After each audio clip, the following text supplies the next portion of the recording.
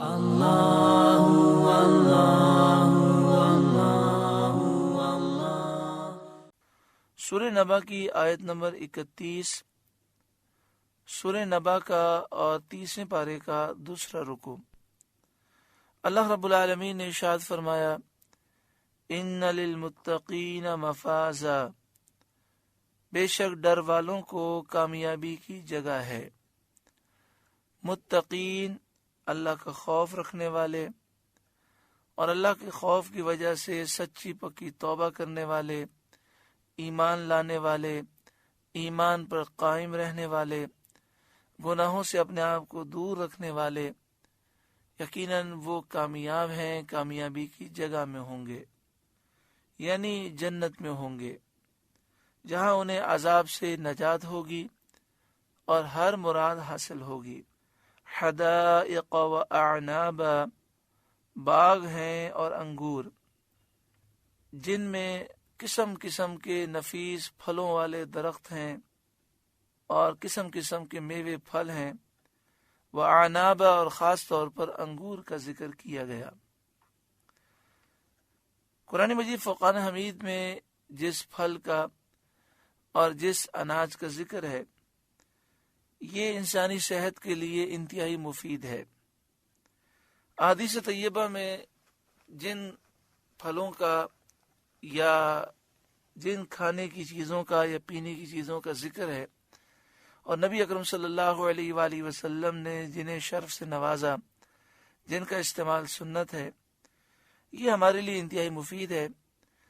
اگر ہم راحت چاہتے ہیں تو ہمیں چاہیے کہ ہم ان چیزوں کی فہرست سیرت کی کتابوں سے پڑھ لیں۔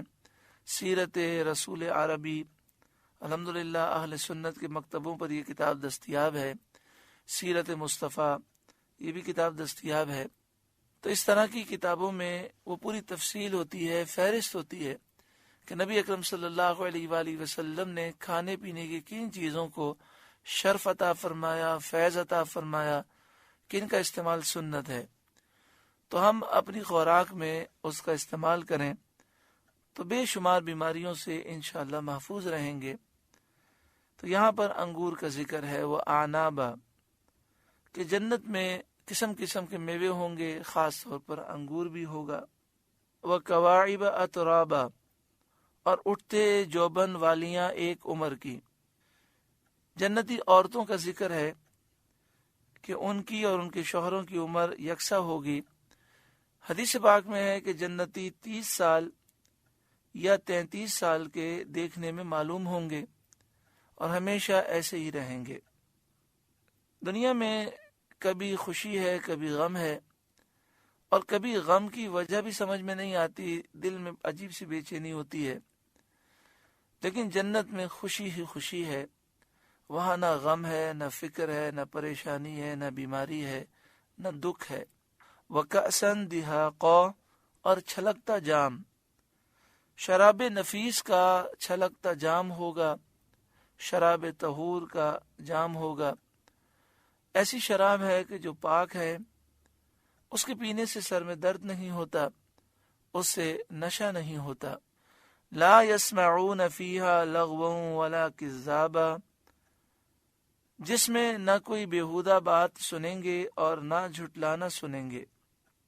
یعنی جنت میں نہ کوئی بیہودہ بات سننے میں آئے گی، نہ وہاں کوئی کسی کو جھٹلائے گا، نہ وہاں کسی سے کسی کو نفرت ہوگی، نہ آپس میں لڑائی جھگڑا ہوگا، بلکہ محبت ہی محبتیں ہوں گی۔ جزاء من ربک عطاء حسابا، صلہ تمہارے رب کی طرف سے نہایت کافی عطا۔ یہ تمہارے اعمال کا صلہ ہے جو تمہارے رب نے تمہیں عطا کیا، اللہ تمہیں بے حساب عطا کرے گا۔ رب السماوات والارض وما بینہما الرحمن لا یملکون منہ خطابا، وہ جو رب ہے آسمانوں کا اور زمین کا اور جو کچھ ان کے درمیان ہے، رحمان، کہ اس سے بات کرنے کا اختیار نہ رکھیں گے۔ اللہ تعالیٰ کے خوف کی وجہ سے کسی کو جرت نہ ہوگی کہ وہ اللہ تعالیٰ سے کلام کر سکے، یوم یقوم الروح والملائکۃ صفا، جس دن جبریل کھڑے ہوں گے اور سب فرشتے صف باندھے کھڑے ہوں گے. لا یتکلمون، کوئی نہ بول سکے گا، کوئی کلام نہ کر سکے گا اللہ کے روب اور جلال کی وجہ سے. الا من اذن له الرحمن، مگر جسے رحمان نے اذن دیا. تو جسے اللہ تعالیٰ کلام کی اجازت دے گا وہ کلام کرے گا، جسے اللہ تعالیٰ شفاعت کرنے کا حکم دے گا وہ شفاعت کرے گا. سب سے پہلے شفاعت کبریٰ کا دروازہ نبی اکرم صلی اللہ علیہ وآلہ وسلم کھولیں گے اللہ کے اذن سے.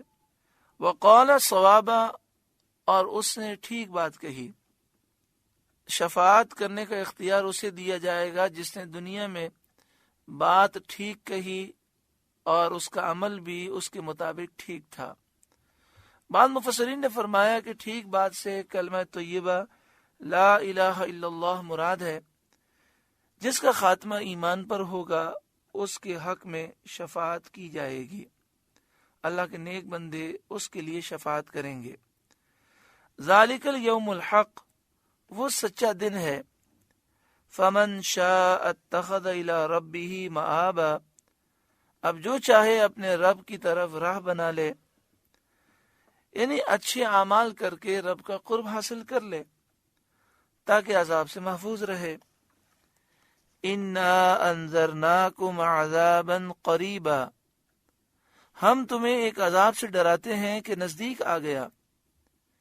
یعنی اے کافروں، ہم تمہیں ایک ایسے عذاب سے ڈراتے ہیں جو قریب آ گیا ہے. اس عذاب سے مراد عذاب آخرت ہے. یوم ینظر المرء ما قدمت یداہ، جس دن آدمی دیکھے گا جو کچھ اس کے ہاتھوں نے آگے بھیجا. یعنی ہر نیکی بدی اس کے نامہ اعمال میں درج ہوگی جس کو وہ قیامت کے دن دیکھے گا. وَيَقُولُ الْكَافِرُ، اور کافر کہے گا یا لیتنی کنت ترابا، ہائے میں کسی طرح خاک ہو جاتا، مٹی ہو جاتا تاکہ عذاب سے محفوظ رہتا. حضرت عبداللہ بن عمر رضی اللہ تعالی عنہما نے فرمایا کہ قیامت کے دن جب جانوروں اور چوپایوں کو اٹھایا جائے گا اور انہیں ایک دوسرے سے بدلہ دلایا جائے گا، اگر سینگ والے نے بے سینگ والے کو مارا ہوگا تو دونوں کو زندہ کیا جائے گا، اور دنیا میں جس کے سینگ نہیں تھے اس جانور کو سینگ دیے جائیں گے اور وہ بدلہ لے گا، اسے بدلہ دلایا جائے گا. اس کے بعد وہ سب ہلاک ہو جائیں گے، وہ سب خاک کر دیے جائیں گے، مٹی ہو جائیں گے. یہ دیکھ کر کافر تمنا کرے گا کہ کاش میں بھی خاک کر دیا جاتا. بعض مفسرین نے اس کے یہ معنی بیان کیے ہیں کہ مومنین پر اللہ تعالی کے انعام، اکرام اور فضل کو دیکھ کر کافر تمنا کرے گا کہ کاش وہ دنیا میں خاک ہوتا، یعنی متواضع ہوتا، متکبر اور سرکش نہ ہوتا. کاش میں دنیا میں تکبر نہ کرتا، غرور نہ کرتا، عجب نہ کرتا. کاش میں دنیا میں تواضع سے، عاجزی، انکساری سے رب کی بارگاہ میں جھک جاتا. ایک قول مفسرین کا یہ بھی ہے کہ یہاں کافر سے مراد ابلیس لعین ہے، شیطان ہے، جس نے حضرت آدم علیہ السلام پر طعنا کیا تھا کہ وہ مٹی سے پیدا کیے گئے اور اپنے آگ سے پیدا کیے جانے پر افتخار کیا تھا، فخر کیا تھا، غرور کیا تھا. جب وہ حضرت آدم علیہ السلام اور ان کی مومن اولاد کے ثواب کو دیکھے گا اور اپنے آپ کو عذاب کی شدت میں مبتلا پائے گا تو کہے گا کاش میں مٹی ہوتا، یعنی حضرت آدم علیہ السلام کی طرح میں مٹی سے پیدا کیا ہوا ہوتا اور اللہ کا فرما بردار ہوتا. آگ سے بھی پیدا کیا گیا، اس وجہ سے میں نے غرور کیا اور اس غرور کی وجہ سے میں برباد ہوا. کاش میں مٹی سے پیدا ہوتا اور حضرت آدم علیہ السلام کے نقش قدم پر چل کر میں جنت میں جاتا. وَيَقُولُ الْكَافِرُ يَا لَيْتَنِي كُنْتُ تُرَابًا، اور کافر کہے گا ہائے میں کسی طرح خاک ہو جاتا، یا اس کا ترجمہ یوں بھی ہو سکتا ہے ہائے میں کسی طرح خاک ہوتا، مٹی ہوتا۔ سورہ نبا کا درس مکمل ہوا۔ اللہ رب العالمین اس سورہ مبارکہ کے نور سے ہمارے قلوب کو روشن اور منور فرمائے۔ اس میں متقین کے لیے اس بات کا ذکر ہے کہ وہ کامیاب ہوں گے، جنت میں ہوں گے۔